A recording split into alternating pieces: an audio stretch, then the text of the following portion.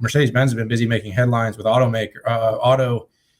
with chip makers that are focused in the auto space. A few weeks ago, Pat, we talked about, hey, Mohammed, a few weeks ago, we talked about Mercedes and Qualcomm's tie up for F1 after, a year with Ferrari. And now you've got a bit of a more practical go-to-market announcement here with Luminar. So Luminar is a company we've talked a lot about. They're putting, multi-sensor in production with a focus on LiDAR, and have made big announcements, Pat, with Polaris, with Volvo.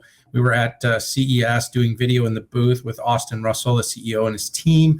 And one of the things is we're really starting to see what's been an idea and a capability and a more secure, a safe way to move people about using the third sensor, right? You got, vision and radar, and you got to add LiDAR. And so Mercedes-Benz, being a absolute staple brand, is kind of going the opposite route of Tesla, which has leaned in completely on vision, and is saying they're going to put LiDAR into a large mix of the portfolio, and they're going to do this by the middle of the decade. So this is short term, and for Luminar, company that's starting to generate revenue, but really only a small percentage of its potential in terms of design win dollars, an announcement like this is just tremendous for the company. It actually saw the stock go up 25% the day this announcement came out.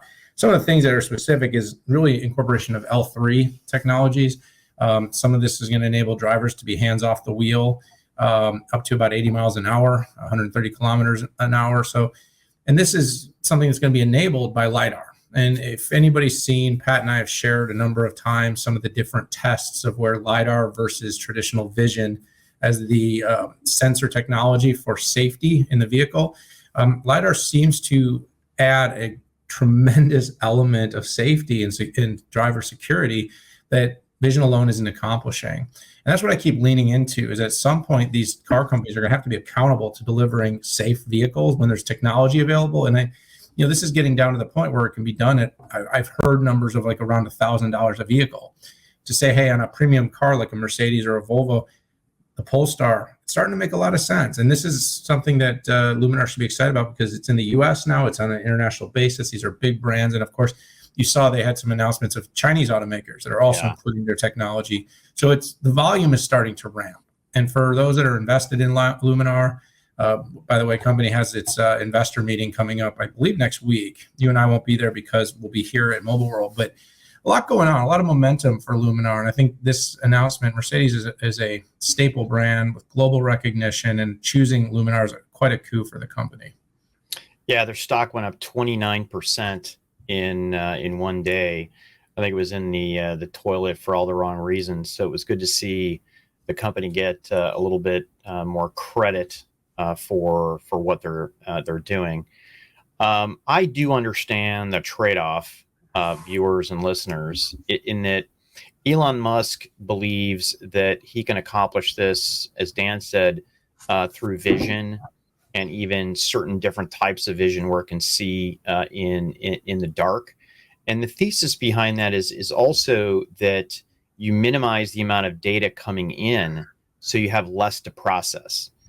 When you add vision, radar, and LiDAR, there simply is more data to process. And that means you have to have a much bigger compute engine in there to make sense, particularly for autonomous driving. But I think what we've seen is even for an L3 or an L2 plus, that is the case as well. In 2018, Elon Musk said that his software would be able to do a coast-to-coast trip. We are now in 2023. You do the math, around 5 years, it still hasn't happened. So that thesis of a single sensor type, I think, is a bust. And if nothing else, I think it's a bust because Tesla is putting radar back into the design.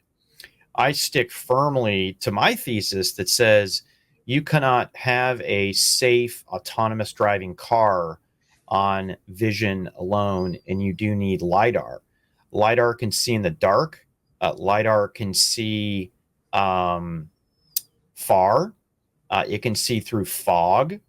And it creates 3D maps along the way that can help drivers around it here, and I just love the openness of multi-billion-dollar deal with Mercedes. And Dan, you are right. The COGS, I have been told they can sell it to an OEM or an ODM for less than $1,000 right now, and then the next generation with the shrink, it gets down even further. So congratulations to the folks at Luminar.